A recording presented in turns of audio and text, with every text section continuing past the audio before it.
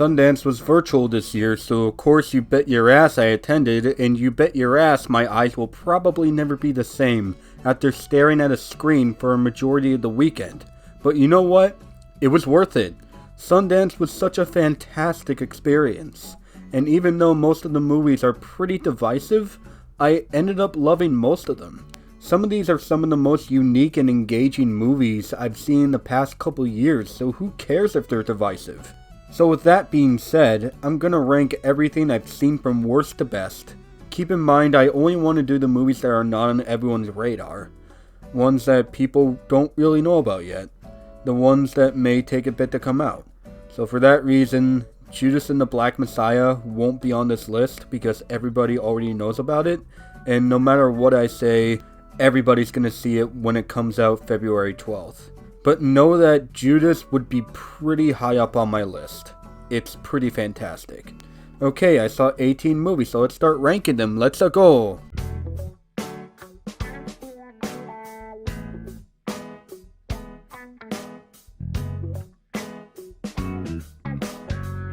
Dude, this movie fucking stinks. This is Romeo and Juliet, but it's told from the perspective of phone screens and social media. Sounds cool, right? Sure, but the fact that it took place on phone screens made it so hard to follow what was going on. And on top of that, it felt the need to mix Shakespearean dialogue with modern day slang. It's so clear they thought they were being cool, but it was so fucking cringy.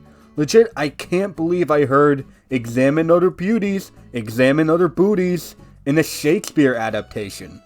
Dude, the movie is literally called R#J. I don't know if that's how it's supposed to be pronounced, but I'm pronouncing it like that because it describes this movie in a nutshell. I audibly groaned so much during this. Directors, please stop trying to modernize Shakespeare. It doesn't work and it will never work. It's cringe. It's all cringe. My favorite part of this whole thing though was the fact that Claro was played twice. Queen saved the movie. And of course I do love the representation, but holy shit, this was unbelievably cringe.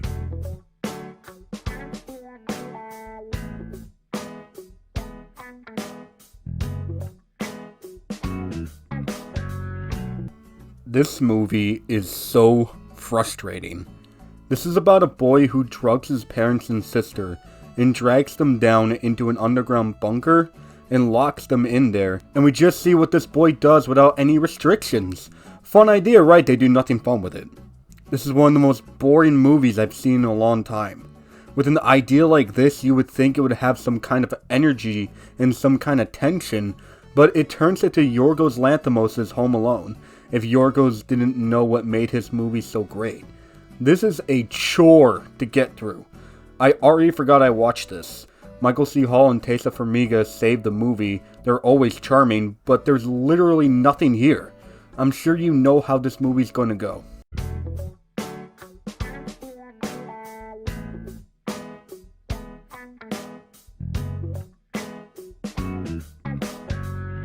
What the fuck was this? I don't know how to describe this. It is incredibly fucked up and sickening, and it's all for the sake of comedy. Basically, this is about two idiot brothers who lose their mother's dog and they had to go find it or else they'll be kicked out of their home. Notice how I said two idiot brothers. That's being nice. These two people are brain dead. I get that's the point, but no one on the planet acts like these two people. It all felt disturbing for the sake of being disturbing. Knowing what happens at the end of this and the fact that it was all played for comedy, I'm done talking about this.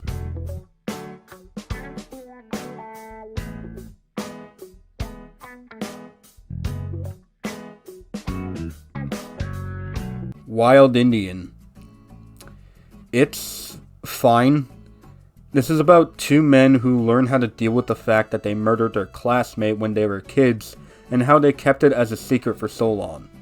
So the first 30 minutes of this movie is awful. It felt like a made-for-TV movie, some of the worst lighting and editing I've seen in a bit. The acting in the first half is some of the worst acting I've ever seen. The child actor being the worst. For some reason, he whispers most of his dialogue, and none of it sounded convincing. Acting aside, everything in that first 30 minutes didn't seem convincing, and I couldn't believe what I was watching. Then the last hour happens, and it goes from bad to decent. The acting gets better, the situation starts to feel more convincing. The guy who plays adult Tedo gave the best performance of the movie, but it just still felt hollow. I still just didn't care about what was happening. It's not bad, some people seem to love it. That final shot is very effective, but there's just not enough for me to fully care.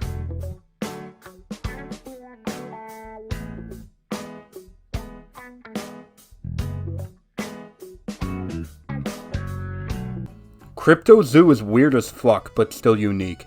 Within the first 5 minutes, I was greeted to animated penis, and it was there where I automatically knew what I was in for. I almost don't want to explain the plot because it's best to go into this blind.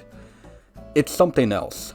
I mean, for the most part, I didn't really care about what was happening, and I was tired as shit while watching it. I don't know if I want to watch it again, but if I had to imagine what taking mushrooms looks like, I feel like this is it.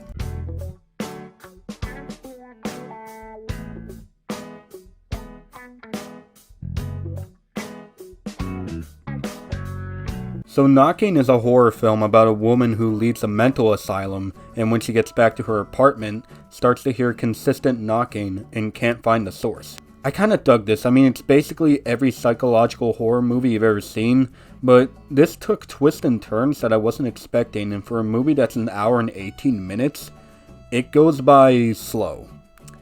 Too slow. This movie goes at a snail's pace. And usually I wouldn't have a problem, but here it was a problem. It felt so repetitive until the last 15 minutes or so, and I was pretty bored. Even when the last 15 minutes happened, I was still confused by what was happening. But yeah, check this out if it sounds interesting to you.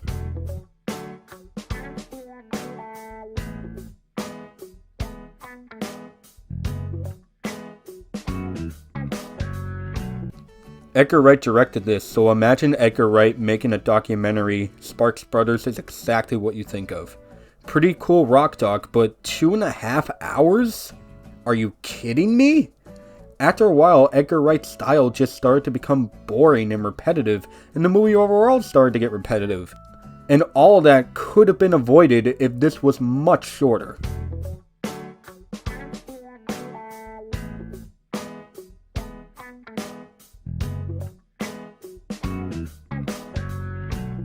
It's a Sesame Street documentary. This flung me right back to my childhood. According to my mom, before SpongeBob came around and I obsessed over that, I was a Sesame Street fanatic. Some aspects of this made me tear up because of pure nostalgia and wholesomeness. It kind of just felt like it was trying to do what the Mr. Rogers documentary did, but it didn't do it as good though. Still a great movie nonetheless. But are we just gonna act like Elmo doesn't exist? He doesn't even show up in this. Bitch, I still have the Elmo's World theme stuck in my head, and you don't even include him.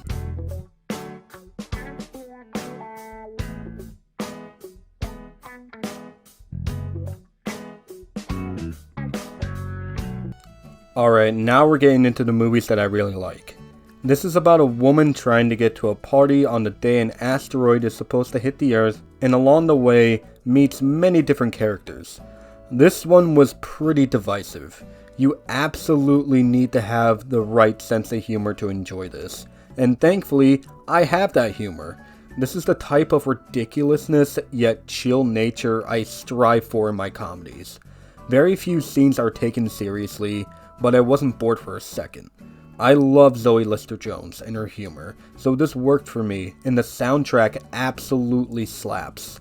But remember, you'll either love this or hate this. My good friend Colin from Entertainment told me he considers this one of the worst of the festival. So just keep that in mind.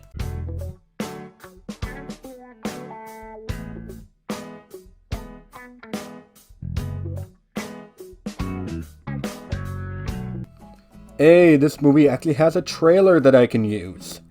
Yeah, I feel like once I see this movie again, it could be higher. This is pretty much a much better Ammonite, but it's also trying to be Portrait of a Lady on Fire. It pretty much has the same plot as those two, but I still really love this. The chemistry between Watterson and Kirby was pretty much off the charts, and everything was beautiful. The music especially, I thought was amazing. But I just felt like the movie really wanted me to cry, but for some reason I didn't. Again, I need to see this again.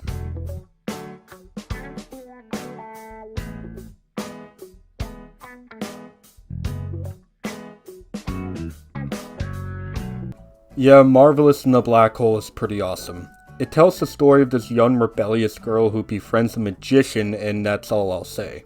In my opinion, this is the better Edgar Wright movie than the actual Edgar Wright movie that we got at Sundance.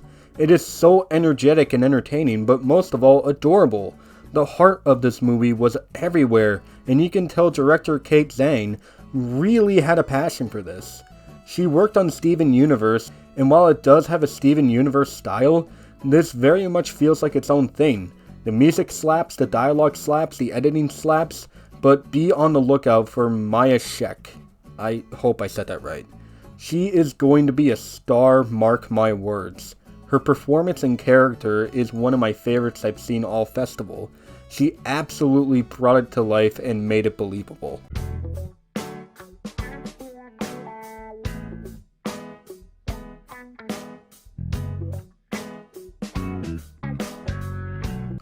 This won Best Documentary at the Fest, and I can definitely see why. This one is so satisfying and definitely a tearjerker. This is about the Harlem Cultural Festival, which was a soul concert that took place during the same summer as Woodstock. Over 300,000 people attended. And of course, it was never talked about until now. Questlove directed this from The Roots fame. This is the epitome of feel-good. It is so inclusive of everyone. It throws you right into this concert, and you just feel the love everywhere. Is it a bit too long and can it get repetitive? Sure, but everything about this slaps. It is one of the best edited documentaries I've ever seen. They made sure to throw you right into this concert and feel the love from everyone. This is important.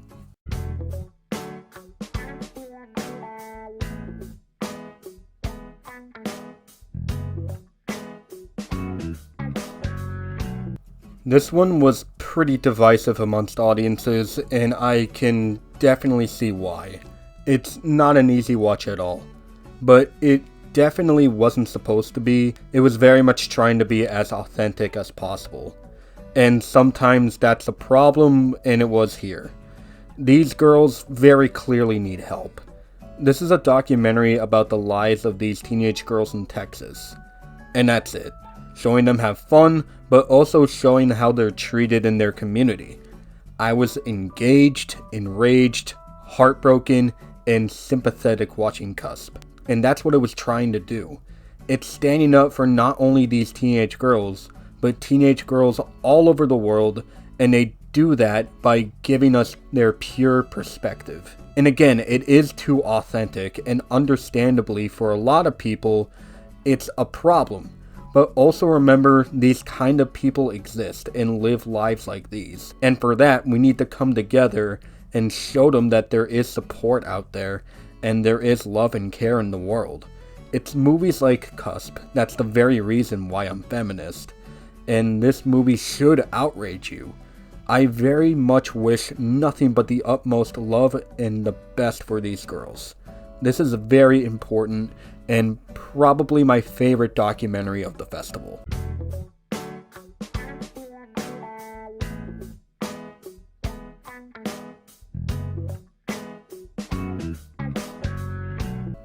This started off the festival and won the Audience Award at Sundance, and I can definitely see why. This is very much a crowd pleaser, and my heart is absolutely full.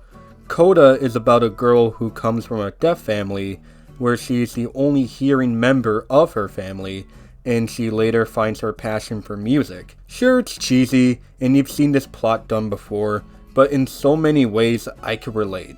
I saw myself in the character of Ruby, except I'm hard of hearing, my left ear is very weak, but I share her passion with music. Nothing stops me from picking up my guitar and singing. I love these characters and everyone's performances. Get ready for Amelia Jones to blow up because she is a queen, certified, but it's the representation of Coda that makes the movie. It made me feel seen, and the wholesomeness here is very sincere. The writing may be cliched, but I didn't care. I love these characters, and I knew the love was everywhere, and everyone was having a blast doing this. The final concert scene absolutely warmed my heart.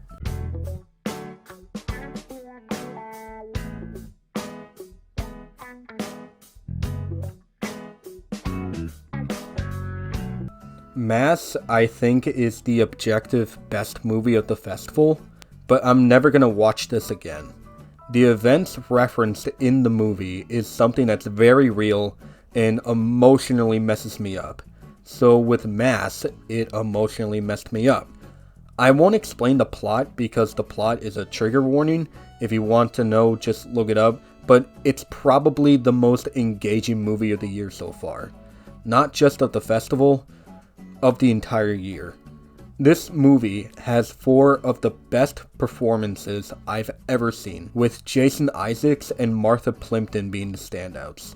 To say they're devastating would be a massive understatement. These two have very specific scenes that will forever be implanted in my brain just for their performances alone. But do not leave this out. Fran Kranz gives us one of the best directorial and screenwriting debuts ever. I don't want to say much more. If you do plan on seeing this, just know my words cannot do it justice. I've said this a lot, but this is important and needs to be discussed. But I'm probably never going to watch it again.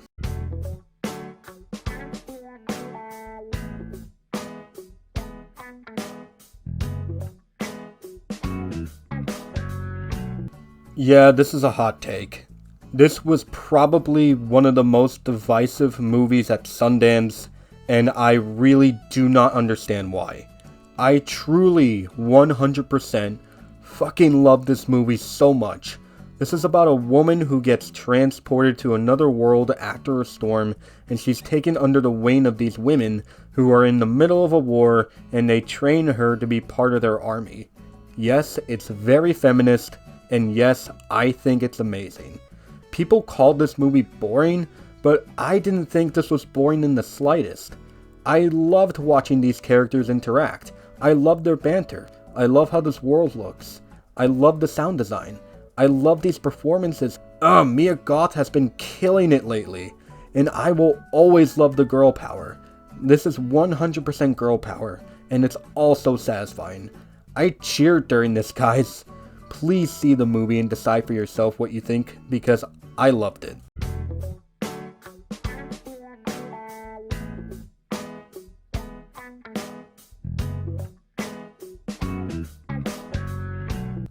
On the Count of Three is one of the most quotable movies I've seen in a while.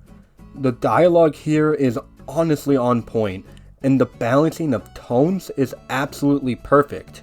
Gerard Carmichael directed this and starred in this, and he did a phenomenal job. He balances comedy and drama seamlessly, and it never fell out of place.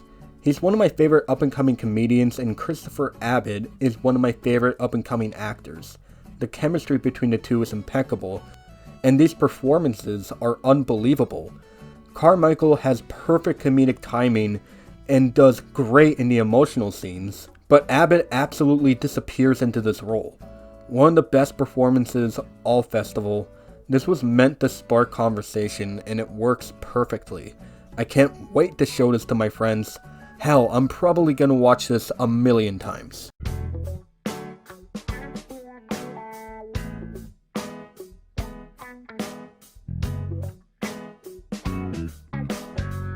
Another hot take, because this one is also pretty divisive, but yeah, after seeing this movie twice, it is definitely my favorite of the festival. We're All Going to the World's Fair is the epitome of you love it or you hate it. I adored it. This is about a teenage girl who becomes immersed in a horror role-playing game. And that's it. It's a movie inspired by creepypastas, but it's genuinely bone-chilling. From the long opening shot to the closing monologue, it left me feeling so cold and uneasy, and I mean that in the best possible way. This is one of my most anticipated of the whole festival, and I thought it was gonna be one way, but I was totally wrong. This is slow, but it works perfectly that way. This is awkward, but it works perfectly that way. You feel the effects that this girl is feeling, and even though scenes go on for what feels like forever, you can't help but to be glued to the screen. It sets up the uncomfortable, creepy atmosphere perfectly. For example, the opening scene is literally a long, uninterrupted shot of the girl just staring at you through her webcam. She just stares at you. And then you realize she's just setting everything up. There's also a dance scene in this movie that starts off innocent enough, but then goes somewhere you don't expect. It made me jump, but then it goes back to innocent dancing. It was so creepy. That's all I'll say. Go into this absolutely blind, but know that you're in for a slow burn, but it works perfectly that way. And know that you'll either love this or hate this. Know that Anna Cobb is a rising star and gives one of my favorite performances of the festival. Know that Jane Schoenbrunn gives one of my favorite directorial debuts I've ever seen. And know that Alex G gives one of the best scores of the year. Kudos to Jane Schoenbrunn for making the most effective horror movie I've seen in years. And that's everything I saw at Sundance. I really hope I can go again. Just an update, I won't be doing a what I watched in January, mainly because I didn't watch a lot. I have some videos planned though, so look forward to those. Alright, bye.